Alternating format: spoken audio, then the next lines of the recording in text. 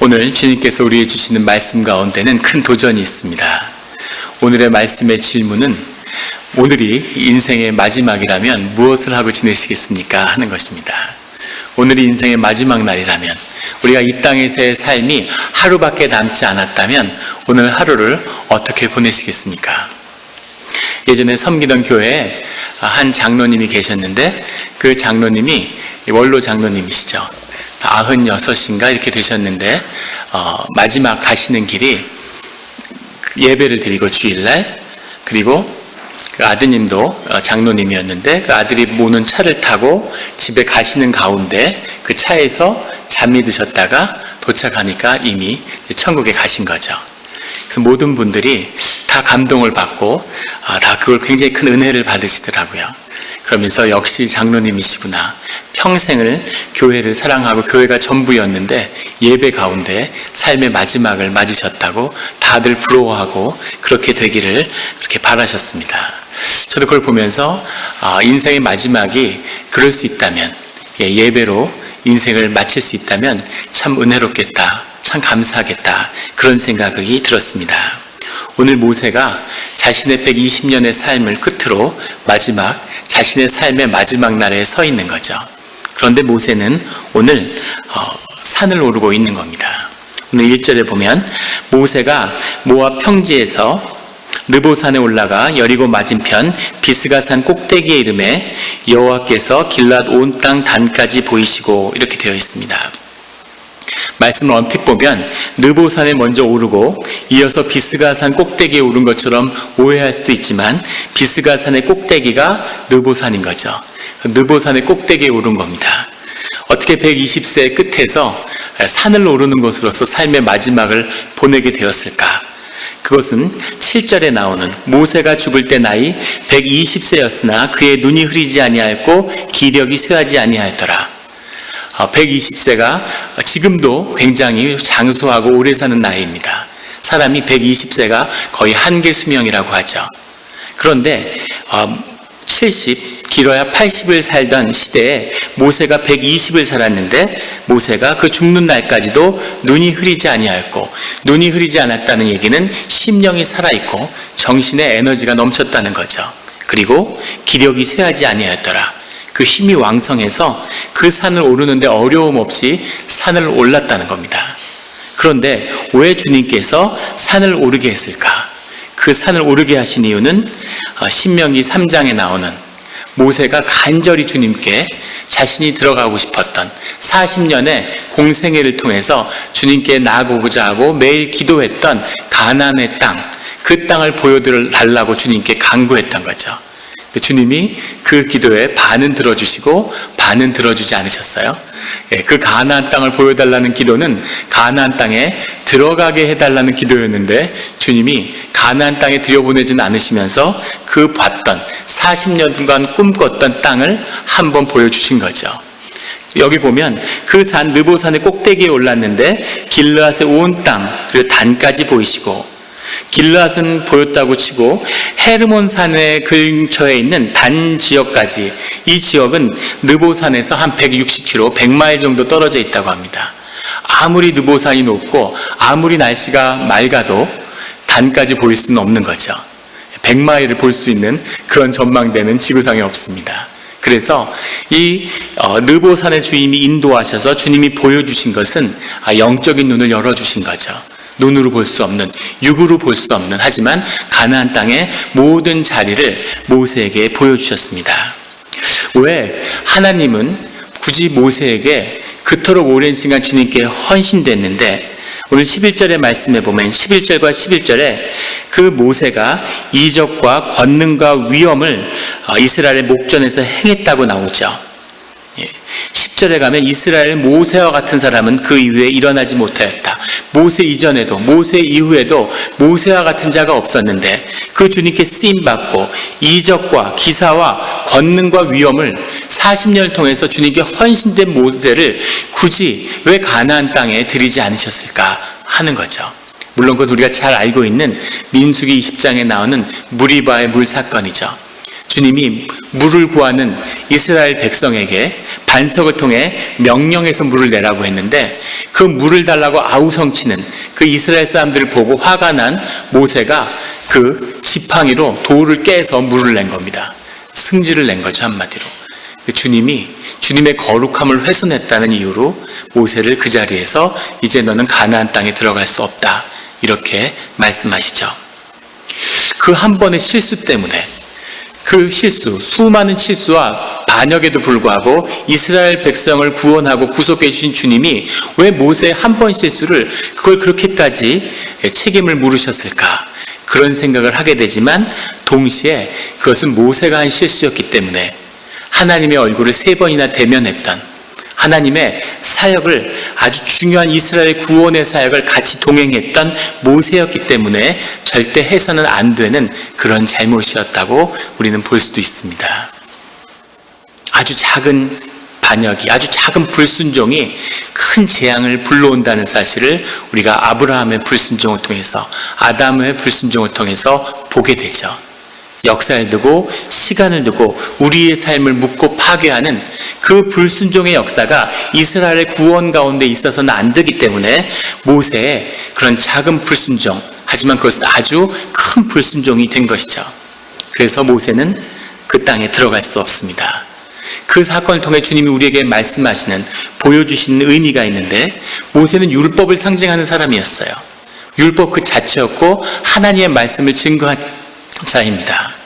그런데 그런 모세도 율법의 모든 것을 삶을 통해 체화시키고 그것을 선포하고 상징했던 모세도 주님이 약속하신 그 복지의 땅, 그 천국의 땅에 들어갈 수 없었다는 거죠.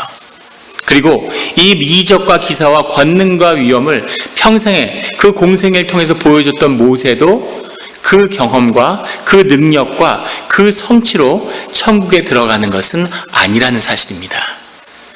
우리에게 주님이 보여주시는 것은 천국으로 들어갈 수 있는 그 길은 오직 예수 그리스도의 보혈의 은혜밖에 없음을, 그게 없으면 그 누구도, 그 어떤 공덕도, 그 어떠한 율법도, 그 어떠한 권능도 우리를 천국으로 인도할 수 없다는 것을 보여주고 있는 것이죠.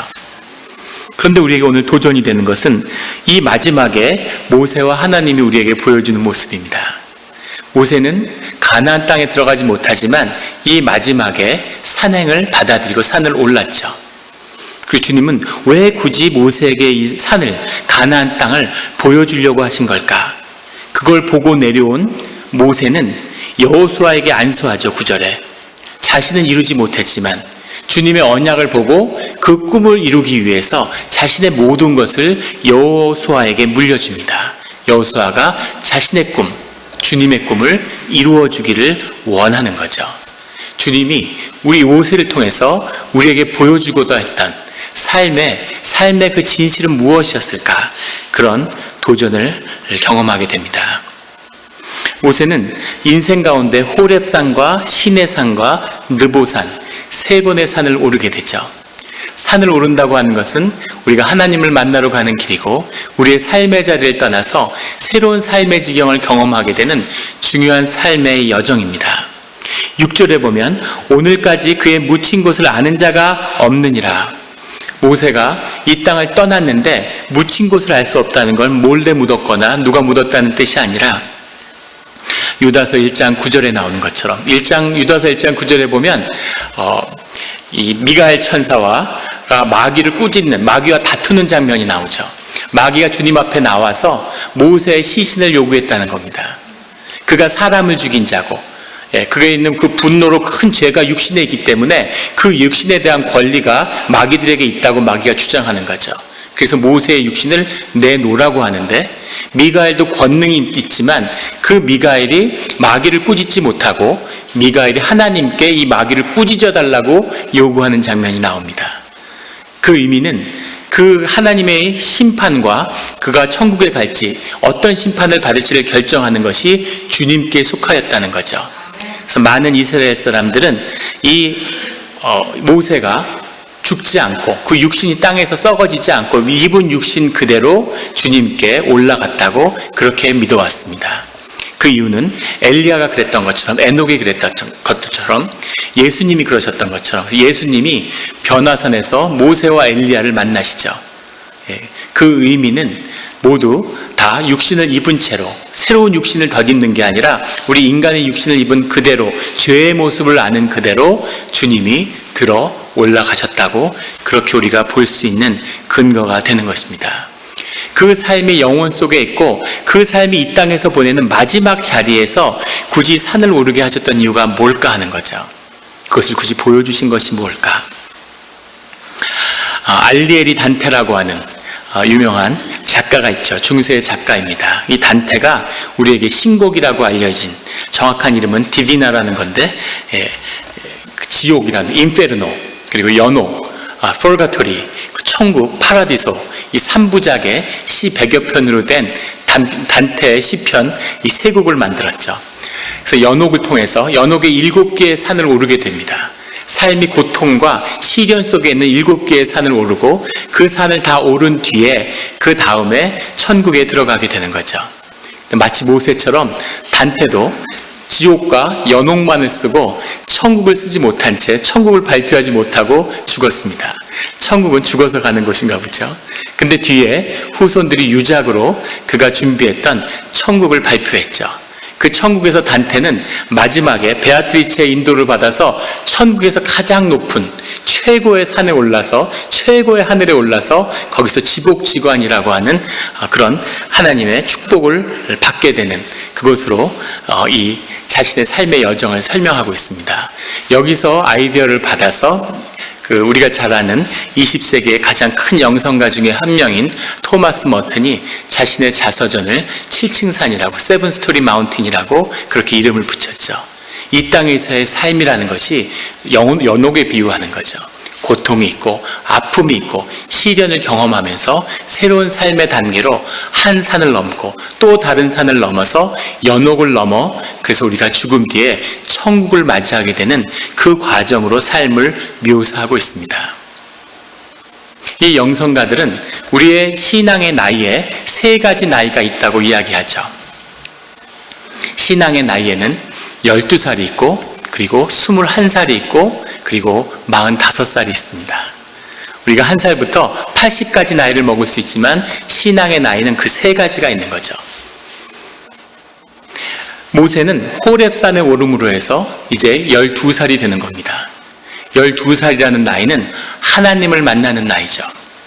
아버지를 알게 되는, 그리고 아버지를 만났기 때문에 자신이 누구인지를 알게 되는 겁니다.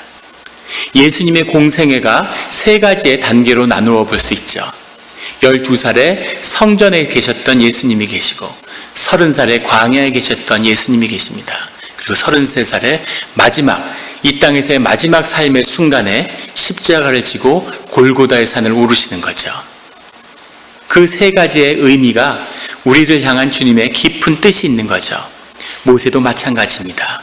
호렙산의 떨기나무에서 그 타는 불 속에 인생의 고통과 아픔, 모세는 120년을 살았는데 40세까지는 세상에서 인간이 누릴 수 있는 가장 큰 육신의 축복을 누렸습니다.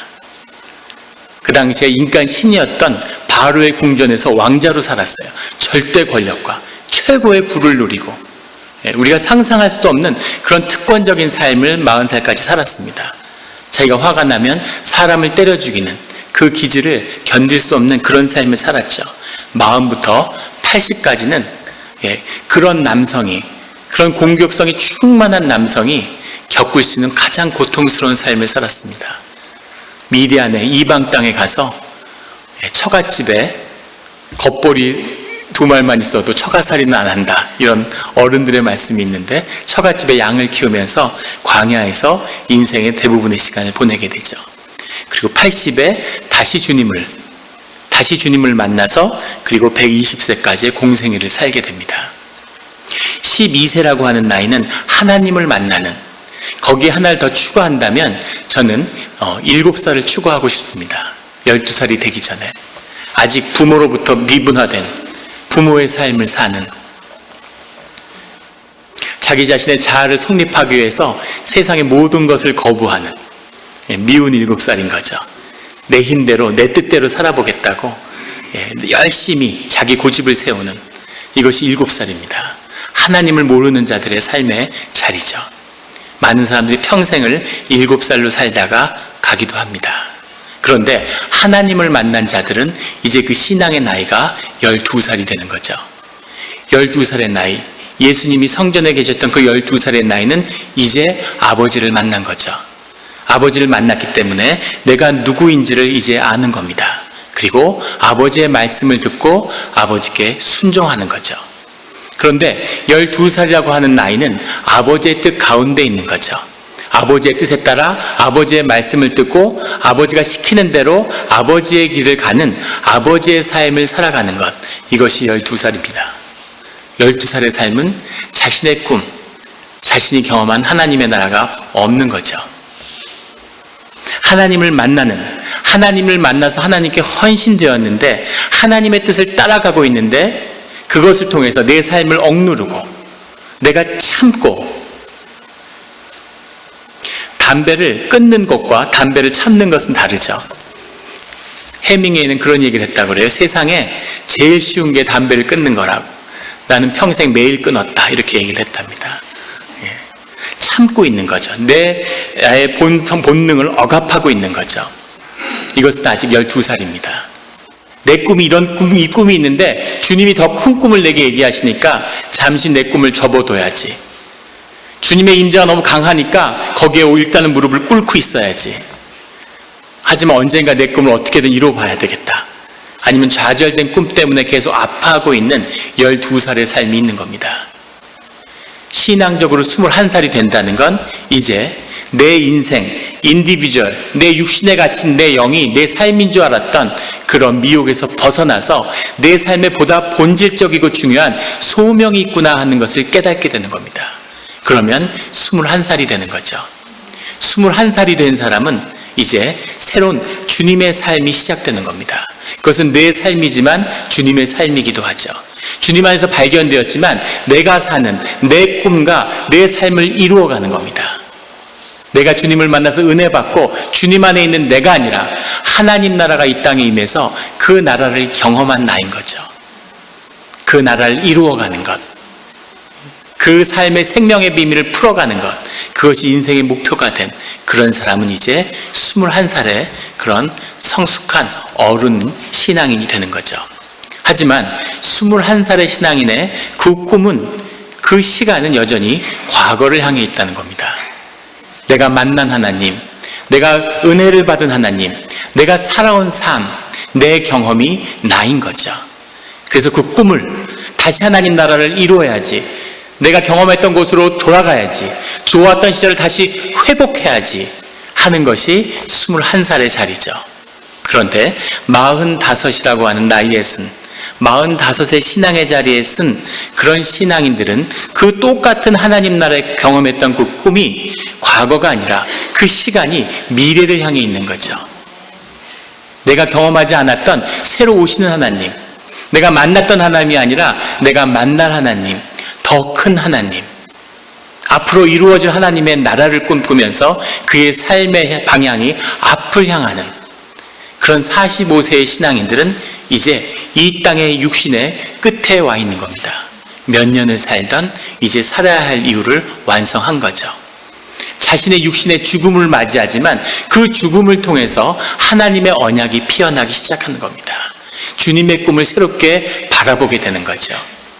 예수 그리스도의 마지막의 골고다에서의 죽음, 육신의 고통과 모욕과 아픔 가운데 있지만, 하지만 주님의 뜻과 주님이 이루어야 할 그 꿈이 더 분명히 우리에게 드러나는 거죠. 그 구원이 우리를 향하게 되는 그 일들을 마지막에 서서 바라보게 되는 겁니다. 오늘 모세는 이제 느보산에 오르는 거죠. 인생의 마지막에 그 산 위를 오르면서 자신은 직접 자신의 육신을 밟지 못하지만 가나안의 땅, 아브라함이 걸었지만 그가 받을 수 없었던 그 땅, 이제 그의 자녀들과 그의 후손들이 들어가서 주님으로부터 받게 되는 그 천국의 땅을 서서 바라보는 겁니다. 자신은 이제 육신의 죽음을 맞이하지만 하지만 하나님의 꿈이 더 피어나고 더 분명하고 더 새롭게 되는 거죠. 그 꿈을 먼저 보고 기뻐하며 그 꿈으로 인해서 내 육신에서의 삶이 완성이 되고 그 꿈을 향해서 이제 새로운 삶이 시작되는 겁니다. 이것이 인생의 마지막에 서 있는 신앙인이 보여주는 모습이죠.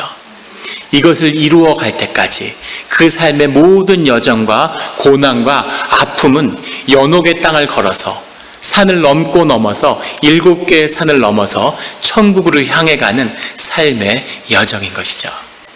7층 산에 어느 산을 넘고 계십니까? 세상은 우리에게 늘 위협합니다. 세상이 우리를 위협하는 공중의 권세의 핵심은 죽음의 힘이죠. 죽음을 갖고 우리를 위협하는 거죠. 너 그러면 죽어. 너 그러면 병 걸려. 너 미리 준비하지 않으면 나중에 삶이 비참해질걸? 너 어떻게 죽으려고 그래? 죽음에 두려워서, 죽음의 위협으로. 너 돈 없으면 죽어. 네 삶을 보호할 수 있는 장치를 위해서 네 삶을 쓰지 않으면 너는 아주 비참하게 죽게 될 거야. 이런 위협인 거죠. 하지만 주님을 발견하고 주 안에서의 삶을 살아가는 사람은 죽음이 끝이 아니라 새로운 시작이라는 것을, 문 하나를 닫고 새로운 세계의 문을 열고 들어가는 그 길임을 보게 되는 거죠.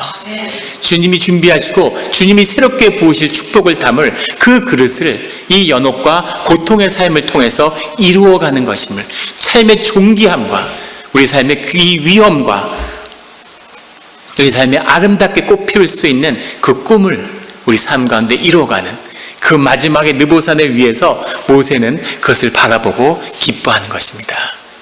그렇기 때문에 자신의 꿈을 받지 않으셨지만 하나님의 뜻을 발견하고 그리고 여호수아에게 온전히 자기의 마지막 사역을 이룰 수 있는 것이죠. 우리가 그 소명을 위해 부름받았습니다. 우리의 삶에 아프고 두렵고 죽음의 위협이 함께하지만 예수 그리스도의 십자가가 이미 그것을 이기고 승리하신 거죠. 그 보혈의 능력이 우리에게 있습니다. 우리가 여전히 우리의 십자가를 지고 7층 산을 오르지만 그 산, 마지막 산의 끝에 서서 바라보게 될 주님과 새로운 천국의 땅은 우리에게 새로운 축복을 약속하고 있는 것이죠. 그 축복을 놓치지 않는 삶의 고난이 헛된 고생과 저주가 아니라, 내 삶이 과거의 저주로 묶여서 오늘 하루를 망치는 것이 아니라, 미래에 대한 염려 때문에 우리의 삶이 쪼그러드는 것이 아니라, 주님을 향한 그 꿈 때문에 우리의 육신의 죽음이 그 꿈과 그 언약을 더 이 세상을 향하여 분명히 증거하는 그 길을 걸을 때 우리가 7층 산의 끝에서 천국을, 주님을 다시 만나게 될 줄로 믿습니다. 그 축복을 붙잡는 성도님들이 되시기를 예수 그리스도 이름으로 축원합니다. 같이 기도드리시겠습니다.